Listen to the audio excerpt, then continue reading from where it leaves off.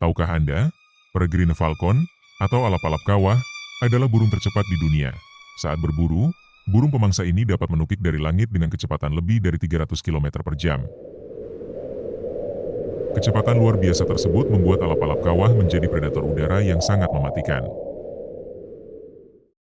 Burung ini memiliki penglihatan tajam untuk mendeteksi mangsa dari jarak yang sangat jauh. Setelah menemukan target, Peregrine Falcon atau alap-alap kawah akan melipat sayapnya dan meluncur turun dengan sangat cepat. Serangan mendadak itu sering membuat mangsanya tidak sempat melarikan diri.